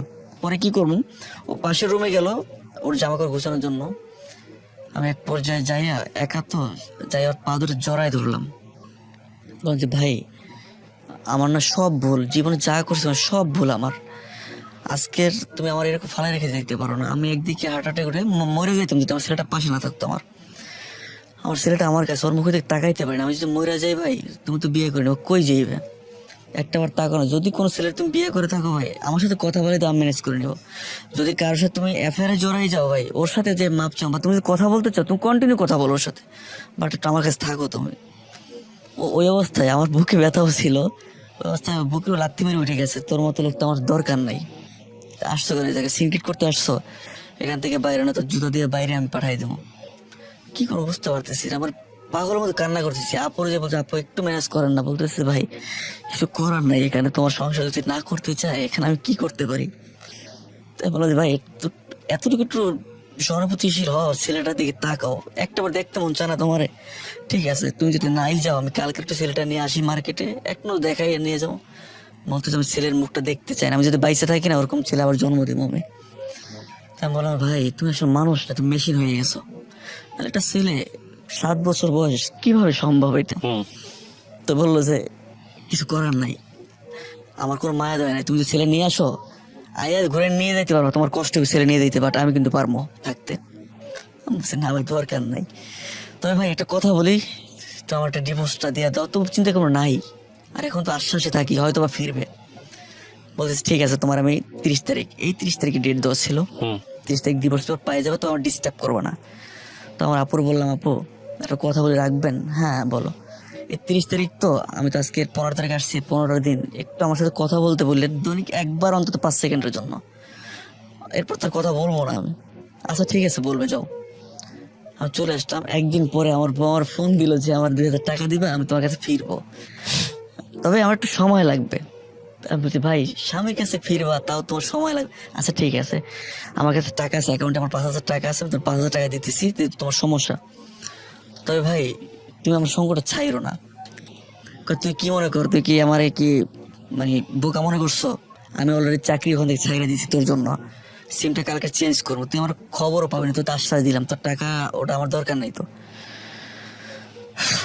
কি করবো বুঝতে পারতেছি না। পরে চিন্তা করলাম যে আসলে আমার বাসাটা একটু চেনা দরকার, কারণ ও যদি আমাকে ডিভোর্সটা না দেয়, পরবর্তী ঝুলাই রাখবে, ও যে ছেলের সাথে আছে বর্তমানে, যদি কখন লাথি মারে তখনও আমার কাছে আসবে, তখন আমি কি করবো ওরে নিয়ে? তো এই চিন্তাটা করে আমি চলে গেলাম ওর আবার শপিং এ। চিন্তা করলাম পিছনে পিছনে যার বাসাটা চিনে আসবো, 30 তারিখ ডিভোর্স যদি না দিলাম ফাইসে যাবো। ওর পিছনে পিছনে গেলাম, যাওয়ার পরেও ট্যালেন্টেড তো আসলে, ও তো আমারই বিক্রি করে ফেলে, ও ফলো করছে আমার, দেখে চিনতে পারছে। আবার রাস্তায় সিনকিট করছে, আমার কলার ধরে ফেলছে। তা আসছো কেন? ভাই আমি আসছি তোমার একটু দেখার জন্য। তোরা বলছি না 30 তারিখ ডিভোর্স দিয়ে দেবো, বলছি ঠিক আছে দিয়ে দাও, তো দেখতে আসলাম। আজকে তুমি দিয়ে দেবা, তাও দিতে পারো, সমস্যা নেই। বলছে আপুর বাসা চল, এই আমার নিয়ে গেল। আপু বললো আসছো কেন? আপু আসছি এই জন্য, ওটা দেখার ইচ্ছে ছিল, আর 30 তারিখ এমনি চলে দিবে, একটু আপনারা চেষ্টা করেন, আপনার বোন তার ফিরবেন আমার কাছে, সেই সুযোগটা তো নাই। তো ওই সময় আমি বললাম যে ভাই আমি যা করছি আমার মাফ করে দিও, তোমার সাথে ভুল করছে, তবে সেই ভুলটা তুমি মাইনে নিতে পারো না, একজন চলে গেছো, এমনটা সময় গেছো না ভাই, আমার মাছ পথে ধুয়ে চলে গেল। যদি আমার ব্যবসা বাণিজ্য ছিল, ওই অবস্থা ফেলাই চলে যেত, ওটা ধরে একটু খাইতে পারতাম। আজকে আমার অবস্থা, আমার কিচ্ছু নাই, আমার টাকা পয়সা নাই, ব্যবসা বাণিজ্য নাই, আজকে আমার বউ পাশে নাই, ছেলেটা তো মা হারা, কি করবো? চলো না ভাই। বলছে এটা সম্ভব হয় না তোর। তো এই অবস্থায় এমনটা সিনক্রিট করছে, আমি বলছিলাম, আমি তো ওর ছবি তুলতে চাইছিলাম, যে শেষবার তার ছবি তুলে নিয়ে যাই, একটু দেখবো আমি, ওর কাছে ওর ছবিটা আমার কাছে নাই। ও যাই আমার এই ফোনটা ধরে একটা আসতে আসছে, যাই কলা টলা ধরে অনেক সিনকিট করলো। আমার ভাইরা ছিল অনেক রাগারাগি করছে, তারা এটা করা তো ঠিক হয় নাই। আমি বললাম যে ভাই তোমার জায়গায় আসছি, তুমি অনেক কিছু করতে পারো। বললো যে তোর 2টা মিনিট যে আমার সাথে কথা বললি, তোর এই যোগ্যতাটাই নাই, তুই আসছো কি জন্য? তোর দেখে তোমার বমি চলে আসে, তোর মুখটা আমি দেখতে চাই না, তুই কোনো আসিস না, যদি আও তাইলে মনে করো তুই তোর বাবার জন্মের না। এরপরে আমি ওখান থেকে ভাই ঠিক আছে আমি চলে যাই তাহলে। আমি চলে আসলাম। আসার পরে আমার নাম্বার তো ব্লক করাই, অন্য নাম্বার থেকে ফোন দেই। স্যার এমন বিশ্রী গালাগালি করে না, আমি আজকেরও ফোন দিছিলাম, এমন বিশ্রী গালাগালি করে না, মানে আজকের বইলেই দিছি যে সত্যি বলে তোর বাবার জন্য ঠিক নাই, আর ফোন দিস না, আমি আসছি তোর কালকে বা 5 দিনের ভিতরে আমি তোর ডিভোর্সটা পাঠিয়ে দিতেছি। উনি কি বিবাহ করেছে কাউকে? এটা এখন পর্যন্ত স্যার আমি অনেক চেষ্টা করছি কনফার্ম, তবে হ্যাঁ বিয়েটা আচ্ছা, হয়তো আপনার বা গল্পটার করেনি। শেষ জায়গাটায় আমি কয়েকটা কথা বলি। আপনার গল্পটা শেষ, আমি জাস্ট 2-3টা কথা বলি। প্রথম কথা হচ্ছে যে আপনাদের সম্পর্ক কয় বছরের? 6 বছরের। হ্যাঁ, আপনি যে গল্পটা এখানে পুরোটা বলেছেন, এখানে একপাক্ষিক দোষ পাওয়া গেছে, সেটা হচ্ছে আপনার স্ত্রী, কিন্তু আপনার কোনো দোষ পাওয়া যায় না। দেখেন, আপনার স্ত্রী যদি এই গল্পটা বলতো, তাহলে আপনারও অনেক সমস্যা সে বলতো, জি, জি, জি। তার সমস্যা সে বলতো না। জি। কথা সেটা না, কথা হচ্ছে এই গল্পগুলোর একপাক্ষিক গল্প, তো এই গল্পগুলো আমি ধরেই নিচ্ছি যে সত্য না। হ্যাঁ। আপনি যা বলছেন সেটা 50% সত্য, আপনার ওয়াইফ যেটা বলতো সেটা 50, সব মিলে 100% হয়তো। এখন যেহেতু উনি এখানে উপস্থিত নাই, কিন্তু একটা বিষয় সত্য, সেটা হচ্ছে যে উনি আপনাকে আর ওনার লাইফে জায়গা দিচ্ছে না, না, দিচ্ছে না। এবং আপনি যে কোনো ভাবেই হোক ওনাকে ছাড়তে পারতেছেন না, ওনাকে ছাড়া থাকতে পারতেছেন না। এইরকম সিচুয়েশন কি আপনাদের এই 6 বছরের সম্পর্কে আর কখনো আসছে? 6 বছর না, সরি, আমার সংসার হচ্ছে 9 বছরের। 9 বছরের মধ্যে কি আর কখনো আসছে এরকম? এরকম হয় না, তবে মাঝে মাঝে অনেক ঝগড়াঝাটি হয়েছে। ঝগড়াঝাটি হোক সেটা ঠিক আছে, কিন্তু এরকম ছেড়ে চলে গেছে, আপনি হাতে পায়ে ধরে রিকোয়েস্ট করছেন, কখনো হয়েছে? এরকম একবার হয়তো মেবি গেছিল রাগ করে, কিন্তু যাওয়ার পরে আমি আমার দুলাভাইকে নিয়ে গেছিলাম, যাওয়ার পর সাথে সাথে চলে আসছে। শোনেন, যদি বিষয়টা এমনই হয় যে উনি আপনাকে ছাড়া থাকবেন এবং এটা আপনি নিশ্চিত হয়ে যেতে পারেন যে আসলে অন্য কারোর সাথে সে ইনভলভ হয়ে গেছে, হ্যাঁ, তাহলে আমার পক্ষ থেকে পরামর্শ হচ্ছে আপনি তাকে আর কোনোভাবেই রিকোয়েস্ট করবেন না। হ্যাঁ, রিকোয়েস্ট কেন করবেন না? আমি জানি এটা খুব কঠিন হবে, তারপরও আমি আপনাকে বলবো যে রিকোয়েস্ট করাটা কোনোভাবে উচিত হবে না। যে মানুষ, ধরেন আপনার সাথে ওর সম্পর্ক খুব খারাপ, কিন্তু আপনি তো আপনার ওয়াইফের জায়গায় অন্য একজনকে আপনার ওয়াইফের জায়গায় চিন্তা করেননি, না, বা আপনি তাকে বাদ দিয়ে দিয়ে অন্য কাউকে বিয়ে করেননি। না। তো এই জিনিসগুলো যেহেতু হয় নাই, সুতরাং আপনার জায়গা থেকে খুব কষ্টের বিষয় হবে ওকে ছেড়ে দেওয়া। আর এটা ঠিক যে ও যদি সুইচ করে থাকে, তাহলে আমি বলবো যে কোনোভাবেই আপনি তাকে রিকোয়েস্ট করবেন না। একটা জিনিস মনে রাখবেন, আপনি যত বেশি তাকে রিকোয়েস্ট করবেন, যত বেশি আপনি তার দিকে হাত বাড়াবেন, তত বেশি সে আপনার উপরে খেপবে, আপনাকে পেন দিতে চাইবে এবং আপনার কাছ থেকে দূরে সরতে চাইবে।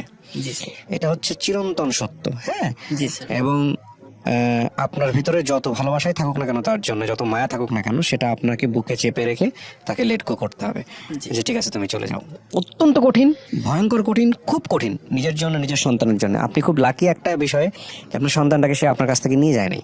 না, নিয়ে গেছিল, অনেক কষ্টে নিয়ে আসছে। আচ্ছা, যদি তাহলে সে অর্থে লাকি যে আপনি সন্তানটাকে আপনার কাছে রাখছেন। হ্যাঁ, এখন যেটা ফিল হবে যে আপনারও কষ্ট হবে, আপনার সন্তানেরও কষ্ট হবে, এবং আপনার সন্তানের কষ্টটা আপনি আবার নিজের মধ্যে অনুভব করতে পারবেন। তবে এটা ঠিক, যে চলে যেতে চায় তাকে চলে যেতে দেওয়া উচিত, এবং তাকে কখনোই ধরে রাখা উচিত না, তাকে রিকোয়েস্ট করা উচিত না। সম্পর্ক জিনিসটা কখনো হাতে পায়ে ধরে টেকে না, এটা অবশ্যই মাথায় রাখবেন। অনেক চেষ্টা করতেছি কন্ট্রোল করতে, কিন্তু পারতেছি না। হ্যাঁ, পারবেন না। আমি আপনাকে বলি, এটা আপনার কেবলমাত্র তো শুরু, এটা দগদগে ঘা, এটা তো সহজে শুকাবে না। তবে আপনি 1 দিন চেষ্টা করেন, 2 দিন চেষ্টা করেন, 5 দিন করেন, 7 দিন করেন, আঘাত পেতে পেতে দেখবেন যে একসময় আপনি পেরে গেছেন।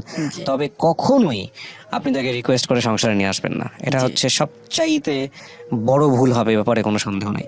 আজকের এই গল্পটার জায়গাটাই আসলে ঠিক এই জায়গাটাতে, যে কোনো সম্পর্ক, সেটা স্বামী স্ত্রী সম্পর্ক হোক বা আপনার হচ্ছে বয়ফ্রেন্ড গার্লফ্রেন্ডের হোক, যদি কোনো পক্ষ চলে যাওয়ার সিদ্ধান্ত নিয়ে নেয় এবং অন্য কারোর সাথে ইনভলভ হয়ে যায়, তাহলে এক পক্ষ থেকে যতই ভালোবাসা থাকুক না কেন, কখনোই তাকে হাতে পায়ে ধরে রিকোয়েস্ট করা উচিত না, তাকে অবশ্যই চলে যেতে দেওয়া উচিত। এবং এই বিষয়ে কোনো ধরনের কোনো প্রকার কম্প্রোমাইজ করা উচিত না নিজেকে। তা আপনি আকাশ সমান ভালো। যে বাড়ি থেকে যাইতে পারতেছে না, মানুষের মনের ব্যাপার, ঢাকা তো পরেরটা পরে দেখা দিব। এরপরে এই ছেলেটার সাথে কন্টিনিউ কথা বলতেছে, তো ওই ছেলেটার সাথে আমি কথা বললাম, একজন পুলিশের এসআই। তো বললো যে ভাই, আমি আপনার বউর সাথে কথা বলি, আমি জানি 2 বছর আগে থেকেই আপনার ডিভোর্সি, এখানে আমার দোষটা আপনি দিতে পারবেন না, আপনার বউরে আপনি ম্যানেজ করেন। অনেক কথা বললো, ওরে জিজ্ঞেস করলাম, কোনো উত্তর দিতে পারলো না। আর আমার কণ্ঠটা পাইলেই ও আপনার ব্লক করে ফেলে। আমি 8টা সিম কিনছি ওর জন্য, 8টা। এখন পর্যন্ত আমার ইমো, হোয়াটসঅ্যাপ সবগুলো বন্ধ, মানে ব্লক করা। অনেক ট্রাই করলাম। পরবর্তীতে ওখান থেকে এই টাকার যন্ত্র, সুদের উপর টাকা আনছে, তো 20,000 টাকার মোবাইল কিনছে, ওই টাকার জন্য ওখান থেকে পালাই চলে আসে। আসার পর ওর কোনো খবরই পাই না। ওর আত্মীয় স্বজনের কাছে ফোন দেয়, বারবার ফোন দিতেছি, তারা এক কথাই বলে, ওরা ডিস্টার্ব করে না, ওর মতো থাকতে দাও, আস্তে আস্তে সব ঠিক হয়ে যাবে, আর যদি ডিস্টার্ব করো তাহলে তুমি আর হারাইবা। কি করবো, আস্তে চুপ হয়ে গেল। প্রত্যেকটা রাত্র কাঁদতাম ওর জন্য, কি করবো, এই অবস্থা কেন গেল। ও অনেক কষ্ট করছে আমার সংসারে, ওই সময় যায় না। আজকে আমার মোটামুটি একটু সুদিন আসছে, বা ওর বুদ্ধিতে আমি ঢাকা আসলাম, সবকিছু ত্যাগ করে আমার আব্বা আম্মার ফালাই রেখে আসলাম, ব্যবসা সব গেল আমার। আজকের আমি যদি দেশে থাকতাম, মোটামুটি বয়ে থাকলাম, আর অন্তত প্রতিদিন 2,000 টাকা ইনকাম ছিল, সব ছেড়ে চলে আসলাম। আজকেও চলে গেল। 8টা মাস টোটাল কোনো যোগাযোগ করতে পারিনি ওর সাথে। এরপরে একটা লোকের সাথে আমার পরিচয় হয়, ওর এলাকার। বললাম, অনেক কান্নাকাটি করলাম, আমার ভাই কি করবো, একটু সন্ধান দেন না ওর, আমি একটু দেখবো ওর বাচ্চাটা আমার কাছে। ও তো পাগলের মতো হয়ে যাবে, 7 বছর বয়স আমার ছেলের। ও একটা নজরে মারে দেখতে চাই, তো বলে দেখতেছি কি করা যায়। তা আমার উনি বললো যে আমার কাছে ফেসবুক লিঙ্ক আছে, আমি আলাপ করতেছি। এই ফেসবুক লিঙ্কে ঢুকে SMS করা শুরু করলো। তো আমার ওয়াইফের বললো আপনার নাম্বারটা দেন, নাম্বার দিল, বললো ছবি দেন, ছবি দিল, আমার সব দেখাইলো, বললো এইগুলো। আমি বলছি হ্যাঁ। তাহলে বললো যে আপু আপনি কি করেন? বললো যে আমি একটা গার্মেন্টসের দোকানে আছি। বললো যে ঠিক আছে, আমি আপনার সাথে দেখা করতে এমার্জেন্সি, আমি আপনার শুভাকাঙ্ক্ষী। তো ও ঠিকানাটা দিল, ঠিকানা দেওয়ার পরে আমাকে স্ক্রিনশট দিয়ে পাঠিয়ে দিল। তো আমি পরের দিনই, আমার ডিউটি ছিল, আমি বর্তমানে ঢাকায় সিকিউরিটি গার্ড চাকরি করতেছি এখন বর্তমানে। তো ওখানে বইলে আমি মোটামুটি একটা ছুটি নিয়ে আমি ওর শপিংয়ে চলে যাই। তো চাইছিলাম যে শুধু তোর একটা দেখে আমি চললাম, কথা বলবো না। তো ঢুকে ওরা দেখলাম, মাস্ক পরে ঢুকছিলাম। তো দেখে আমার চিনতে পারছে। মাস্কটা খুলে জিজ্ঞেস করলাম কেমন আছো। ওর উত্তরটা ছিল যে আসছো কেন, তোমার জ্বালানো কি শেষ হয় নাই আমারে? আমি তো চাই না তোমার মুখটা দেখতে। তা আমি বললাম যে ভাই অনেক কষ্ট করে আসছি, একটা মতো দেখে চলে যাবো, একটু কথা বলবা। বলতেছে যে আমার এখানে সবাই জানে আমি বিবাহিত এবং ডিভোর্সি, এখানে তুমি ঝামেলা করবো না, চলো ফ্লাইওভারে চলো। ফ্লাইওভারের উপরে গেলাম, যাওয়ার পরে জিজ্ঞেস করলাম ভাই এরকম করো কেন, তুমি চলো না আমার সাথে। আচ্ছা ঠিক আছে, তোমার যাইতে হবে না, তুমি বলো তোমার সাথে আমার কোথায় থাকতে হবে, তুমি যেরকম বলবো আমি সেরকম থাকবো, তুমি যা বলবো তাই শুনবো, কোনোদিন তোমার স্বাধীনতার বিপক্ষ করো। তুমি একটা ছেলের সাথে কথা বলবা, আচ্ছা সমস্যা নেই, আমি সেই স্বাধীনতা দেবো। তবে একটা জিনিস জানবো যে অন্তত নামে জানি তোমার আমি হাজব্যান্ডের সাথে থাকতে পারি, বা আমার ছেলেটা যেন তো মা বাবা দুইটা জানি থাকে। হয়তো তুমি একটা ভালো ছেলে বিয়ে করবো, আমি একটা ভালো মেয়ে বিয়ে করবো, কিন্তু ওর ভালো আদরটা কেউ দিবে না। বলে যেটা আমার তার সম্ভব না, আমি বিয়ে করে ফেলছি। আমি যেটা বিশ্বাস করি না। পরেও কার জানি আমার ছবি দেখাইলো, জোড়া ছবি। আমি জানি না যে আসলে সত্য না মিথ্যা কতটুকু। তো আমি ওখানে চোখ থেকে পানি ছেড়ে দিলাম যে ভাই এটা না আমি মানতে পারতেছি না, কি করবো, পাগলের মতো হয়েছে। মানে ওভারে ফ্লাইওভার উপরে বসে পাগলের মতো কি করবো, বলতে সিনকেট করবো না। তা আমি বললাম যে ভাই আমি এখান থেকে যাবো না। ওর সাথে সাথে ওখানে পুলিশ বক্স ছিল, ওখানে যে বললো যে স্যার ছেলেটা ডিস্টার্ব করতেছে আমার। আমি ভয় পাই গেছি একটু, যে এখানে পেশা আসলে ডিস্টার্ব করা ঠিক হবে না। পরে ও ওর খালারে ফোন দিল, বোনের ফোন দিল, বললো যে বাসায় নিয়ে আসো। তা আমি আর দেরি করি না, আমি বলছি আমি বাসায় যাবো। চিন্তা করলাম তাদের কাছে গেলে হয়তো একটা সলিউশন পাইতে পারি আমি। আমি বাসায় গেলাম, যাওয়ার পরে তাদেরকে বললাম যে আপু আমি ওর নিতে আসছি। তারা অনেক বুঝাইলো, বললো যে আমার ফেরা সম্ভব না। আমি বললাম ভাই তুমি যদি কোনো মায়া জালে আটকে থাকো সেটাও বলো, তো তুমি বিয়ে করে ফেলো তাও বলো, ঠিক আছে তাহলে আমার একটা ডিভোর্স দিয়ে আমি চলে যাই, আমার ঝুলাই রাখবে কি জন্য। তো বলছে যে ভাই এটা সম্ভব না, তুমি তোমার ভাই চলে যাও, আমার সময় আমি তোমার ডিভোর্স দিয়ে দেবো। আমি বলছি না ভাই আমি মানতে পারতেছি না। পরে কি করবো, ও পাশের রুমে গেল ওর জামা কাপড় গোছানোর জন্য। আমি এক পর্যায়ে যাইয়া একা তো যাই, ওর পা ধরে জড়াই ধরলাম। বললাম যে ভাই আমার না সব ভুল, জীবনে যা করছি আমার সব ভুল আমার। আজকের তুমি আমার এরকম ফালাই রেখে যেতে পারো না। আমি একদিকে হার্ট অ্যাটাক করে মরে যেতাম যদি আমার ছেলেটা পাশে না থাকতো। আমার ছেলেটা আমার কাছে, ওর মুখে দিকে তাকাইতে পারি না। আমি যদি মরে যাই ভাই, তুমি তো বিয়ে করে ও কই যাইবে, একটা বার তাকানো। যদি কোনো ছেলের তুমি বিয়ে করে থাকো ভাই, আমার সাথে কথা বলে তো আমি ম্যানেজ করে নেবো। যদি কারোর সাথে তুমি অ্যাফেয়ারে জড়াই যাও ভাই, ওর সাথে যে মাপ চাও, বা তুমি যদি কথা বলতে চাও তুমি কন্টিনিউ কথা বলো ওর সাথে, বাট একটু আমার কাছে থাকো তুমি। ওই অবস্থায় আমার বুকে ব্যথাও ছিল, ওই অবস্থায় বুকেও লাথি মেরে উঠে গেছে, তোর মতো লোক তো আমার দরকার নাই, আসছো কেন জায়গায় সিনকেট করতে আসছো, এখান থেকে বাইরে না তো জুতো দিয়ে বাইরে আমি পাঠাই দেবো। কি করবো বুঝতে পারতেছি না, আমার পাগলের মতো কান্না করতেছি। আপুর যে বলছে আপু একটু ম্যানেজ করেন না, বলতেছে ভাই কিছু করার নাই, এখানে তোমার সংসার যদি না করতে চায় এখানে আমি কি করতে পারি। তাই বললো যে ভাই এতটুকু একটু সহানুভূতিশীল হও, ছেলেটার দিকে তাকাও, একটাবার দেখতে মন চায় না তোমারে, ঠিক আছে তুমি যদি নাই যাও আমি কালকে একটু ছেলেটা নিয়ে আসি মার্কেটে, এখনো দেখাই নিয়ে যাও। বলতেছে আমি ছেলের মুখটা দেখতে চাই না, আমি যদি বাইসে থাকি না ওরকম ছেলে আবার জন্ম দিব আমি।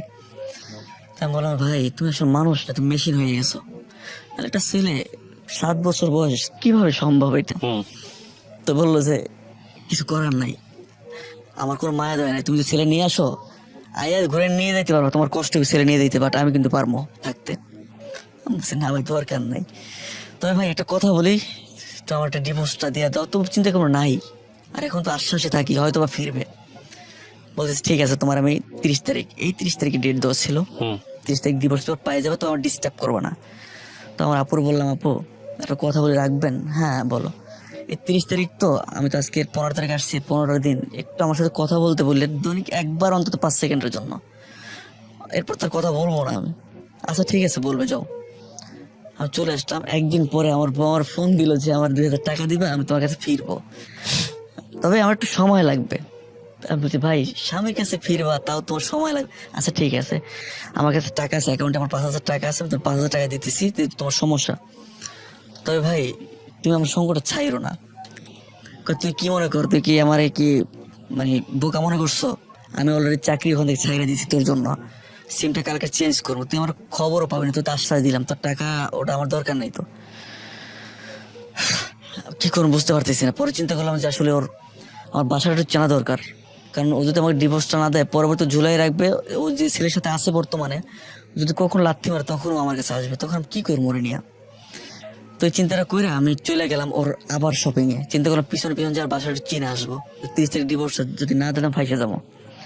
ওর পিছনে পিছনে গেলাম, যাওয়ার পরও ট্যালেন্টেড তো আসলে, ও তো আমারই বিক্রি করে ফেলে, ও ফলো করছে আমার, দেখে চিনতে পারছে। আবার রাস্তায় সিনকিট করছে, আমার কলার ধরে ফেলছে। তা আসছো কেন? ভাই আমি আসছি তোমার একটু দেখার জন্য। তোরা বলছি না 30 তারিখ ডিভোর্স দিয়ে দিবো। বলছি ঠিক আছে দিয়ে দাও, তো দেখতে আসলাম। আজকে তুমি দিয়ে দেবা, তাও দিতে পারো, সমস্যা নেই। বলছে আপুর বাসা চল। এই আমার নিয়ে গেল। আপু বললো আসছো কেন? আপু আসছি এই জন্য, ওটা দেখার ইচ্ছে ছিল, আর 30 তারিখ এমনি চলে দিবে। একটু আপনারা চেষ্টা করেন, আপনার বোন তার ফিরবেন আমার কাছে, সেই সুযোগটা তো নাই। তো ওই সময়ে আমি বললাম যে ভাই আমি যা করছি আমার মাফ করে দিও, তোমার সাথে ভুল করছে, তারপর সেই ভুলটা তুমি মাইনে নিতে পারো না, এই জন্য চলে গেছো। এমনটা সময় গেছো না ভাই, আমার মাছ পথে ধুয়ে চলে গেল। যদি আমার ব্যবসা বাণিজ্য ছিল ওই অবস্থা ফেলাই চলে যেত, ওটা ধরে একটু খাইতে পারতাম। আজকে এমনটা অবস্থা, আমার কিচ্ছু নাই, আমার টাকা পয়সা নাই, ব্যবসা বাণিজ্য নাই, আজকে আমার বউ পাশে নাই, ছেলেটা তো মা হারা, কি করবো? চলো না ভাই। বলছে এটা সম্ভব হয় না তোর। তো এই অবস্থায় এমনটা সিনক্রেট করছে, আমি বলছিলাম আমি তো ওর ছবি তুলতে চাইছিলাম, যে সেইবার তার ছবি তুলে নিয়ে যাই, একটু দেখবো আমি। ওর কাছে ওর ছবিটা আমার কাছে নাই। ও যাই আমার এই ফোনটা ধরে একটা আসতে আসছে, যাই কলা টলা ধরে অনেক সিনক্রেট করলো। আমার ভাইরা ছিল অনেক রাগারাগি করছে, তারা এটা করা তো ঠিক হয় নাই। আমি বললাম যে ভাই তোমার জায়গায় আসছি, তুমি অনেক কিছু করতে পারো। বললো যে তোর 2টা মিনিট যে আমার সাথে কথা বললি, তোর এই যোগ্যতাটাই নাই, তুই আসছো কি জন্য? তোর দেখে তো আমার বমি চলে আসে, তোর মুখটা আমি দেখতে চাই না, তুই কোনো আসিস না, যদি আও তাইলে মনে করো তুই তোর বাবার জন্মের না। এরপরে আমি ওখান থেকে ভাই ঠিক আছে আমি চলে যাই তাহলে। এই আমি চলে আসলাম। আসার পরে আমার নাম্বার তো ব্লক করাই, অন্য নাম্বার থেকে ফোন দেই। স্যার এমন বিশ্রী গালাগালি করে না, আমি আজকেরও ফোন দিছিলাম, এমন বিশ্রী গালাগালি করে না, মানে আজকের বইলেই দিছি যে সত্যি বলে তোর বাবার জন্য ঠিক নাই, আর ফোন দিস না। আমি আসছি তোর কালকে বা 4 দিনের ভিতরে আমি তোর ডিভোর্সটা পাঠিয়ে দিতেছি। উনি কি বিবাহ করেছে কাউকে? এটা এখন পর্যন্ত স্যার আমি অনেক চেষ্টা করছি কনফার্ম, তবে হ্যাঁ বিয়েটা আচ্ছা, হয়তো আপনার বা গল্পটার করেনি। শেষ জায়গাটায় আমি কয়েকটা কথা বলি। আপনার গল্পটা শেষ, আমি জাস্ট 2-3টা কথা বলি। প্রথম কথা হচ্ছে যে আপনাদের সম্পর্ক কয় বছরের? 6 বছরের। হ্যাঁ, আপনি যে গল্পটা এখানে পুরোটা বলেছেন, এখানে এক পাক্ষিক দোষ পাওয়া গেছে, সেটা হচ্ছে আপনার স্ত্রী, কিন্তু আপনার কোনো দোষ পাওয়া যায় না। দেখেন, আপনার স্ত্রী যদি এই গল্পটা বলতো তাহলে আপনারও অনেক সমস্যা সে বলতো, জি, জি, জি। তার সমস্যা সে বলতো না। কথা সেটা না, কথা হচ্ছে এই গল্পগুলোর একপাক্ষিক গল্প, তো এই গল্পগুলো আমি ধরেই নিচ্ছি যে সত্য না। হ্যাঁ। আপনি যা বলছেন সেটা 50% সত্য, আপনার ওয়াইফ যেটা বলতো সেটা 50, সব মিলে 100% হয়তো। এখন যেহেতু উনি এখানে উপস্থিত নাই, কিন্তু একটা বিষয় সত্য, সেটা হচ্ছে যে উনি আপনাকে আর ওনার লাইফে জায়গা দিচ্ছে না, না দিচ্ছে না। এবং আপনি যে কোনো ভাবেই হোক ওনাকে ছাড়তে পারতেছেন না, ওনাকে ছাড়া থাকতে পারতেছেন না। এইরকম সিচুয়েশন কি আপনাদের এই 6 বছরের সম্পর্কে আর কখনো আসছে? 6 বছর না, সরি আমার সংসার হচ্ছে 9 বছরের। 9 বছরের মধ্যে কি আর কখনো আসছে এরকম? এরকম হয় না, তবে মাঝে মাঝে অনেক ঝগড়াঝাটি হতো। ঝগড়াঝাটি হোক সেটা ঠিক আছে, কিন্তু এরকম ছেড়ে চলে গেছে, আপনি হাতে পায়ে ধরে রিকোয়েস্ট করছেন, কখনো হয়েছে? এরকম একবার হয়তো মেবি গেছিল রাগ করে, কিন্তু যাওয়ার পরে আমি আমার দুলাভাইকে নিয়ে গেছিলাম, যাওয়ার পর সাথে চলে আসছে। শোনেন, যদি বিষয়টা এমনই হয় যে উনি আপনাকে ছাড়া থাকবেন এবং এটা আপনি নিশ্চিত হয়ে যেতে পারেন যে আসলে অন্য কারোর সাথে সে ইনভলভ হয়ে গেছে, হ্যাঁ তাহলে আমার পক্ষ থেকে পরামর্শ হচ্ছে আপনি তাকে আর কোনোভাবেই রিকোয়েস্ট করবেন না। হ্যাঁ, জি, জি। রিকোয়েস্ট কেন করবেন না? আমি জানি এটা খুব কঠিন হবে, তারপরও আমি আপনাকে বলবো যে রিকোয়েস্ট করাটা কোনোভাবে উচিত হবে না। যে মানুষ, ধরেন আপনার সাথে ওর সম্পর্ক খুব খারাপ, কিন্তু আপনি তো আপনার ওয়াইফের জায়গায় অন্য একজনকে আপনার ওয়াইফের জায়গায় চিন্তা করেননি, না বা আপনি তাকে বাদ দিয়ে দিয়ে অন্য কাউকে বিয়ে করেননি। না তো এই জিনিসগুলো যেহেতু হয় নাই, সুতরাং আপনার জায়গা থেকে খুব কষ্টের বিষয় হবে ওকে ছেড়ে দেওয়া। আর এটা ঠিক যে ও যদি সুইচ করে থাকে, তাহলে আমি বলবো যে কোনোভাবেই আপনি তাকে রিকোয়েস্ট করবেন না। একটা জিনিস মনে রাখবেন, আপনি যত বেশি তাকে রিকোয়েস্ট করবেন, যত বেশি আপনি তার দিকে হাত বাড়াবেন, তত বেশি সে আপনার উপরে খেপবে, আপনাকে পেন দিতে চাইবে এবং আপনার কাছ থেকে দূরে সরতে চাইবে। জি স্যার। এটা হচ্ছে চিরন্তন সত্য। হ্যাঁ, জি স্যার। এবং আপনার ভিতরে যত ভালোবাসাই থাকুক না কেন তার জন্য, যত মায়া থাকুক না কেন, সেটা আপনাকে বুকে চেপে রেখে তাকে লেট গো করতে হবে, যে ঠিক আছে তুমি চলে যাও। অত্যন্ত কঠিন, ভয়ঙ্কর কঠিন, খুব কঠিন নিজের জন্য, নিজের সন্তানের জন্য। আপনি খুব লাকি একটা বিষয়ে আপনার সন্তানটাকে সে আপনার কাছ থেকে নিয়ে যায় নাই। না, নিয়ে গেছিল, অনেক কষ্ট নিয়ে আসছে। আচ্ছা, যদি তাহলে সে অর্থে লাকি যে আপনি সন্তানটাকে আপনার কাছে রাখছেন। হ্যাঁ, ও এখন যেটা ফিল হবে যে আপনারও কষ্ট হবে, আপনার সন্তানেরও কষ্ট হবে, এবং আপনার সন্তানের কষ্টটা আপনি আবার নিজের মধ্যে অনুভব করতে পারবেন। তবে এটা ঠিক, যে চলে যেতে চায় তাকে চলে যেতে দেওয়া উচিত, এবং তাকে কখনোই ধরে রাখা উচিত না, তাকে রিকোয়েস্ট করা উচিত না। সম্পর্ক জিনিসটা কখনো হাতে পায়ে ধরে টেকে না, এটা অবশ্যই মাথায় রাখবেন। অনেক চেষ্টা করতেছি কন্ট্রোল করতে, কিন্তু পারতেছি না। হ্যাঁ, পারবেন না। আমি আপনাকে বলি, এটা আপনার কেবলমাত্র তো শুরু, এটা দগদগে ঘা, এটা তো সহজে শুকাবে না। তবে আপনি একদিন চেষ্টা করেন, 2 দিন চেষ্টা করেন, 5 দিন করেন, 7 দিন করেন, আঘাত পেতে পেতে দেখবেন যে একসময় আপনি পেরে গেছেন। তবে কখনোই আপনি তাকে রিকোয়েস্ট করে সংসারে নিয়ে আসবেন না, এটা হচ্ছে সবচাইতে বড় ভুল হবে, এ ব্যাপারে কোনো সন্দেহ নেই। আজকের এই গল্পটার জায়গাটাই আসলে ঠিক এই জায়গাটাতে। যে কোনো সম্পর্ক, সেটা স্বামী স্ত্রী সম্পর্ক হোক বা আপনার হচ্ছে বয়ফ্রেন্ড গার্লফ্রেন্ডের হোক, যদি কোনো পক্ষ চলে যাওয়ার সিদ্ধান্ত নিয়ে নেয় এবং অন্য কারোর সাথে ইনভলভ হয়ে যায়, তাহলে এক পক্ষ থেকে যতই ভালোবাসা থাকুক না কেন, কখনোই তাকে হাতে পায়ে ধরে রিকোয়েস্ট করা উচিত না, তাকে অবশ্যই চলে যেতে দেওয়া উচিত। এবং এই বিষয়ে কোনো ধরনের কোনো প্রকার কম্প্রোমাইজ করা উচিত না নিজেকে, তা আপনি আকাশ সমান ভালোবাসেন না কেন, এটাই সবসময় মনে রাখবেন। এবং কখনোই হাতে পায়ে ধরে রিকোয়েস্ট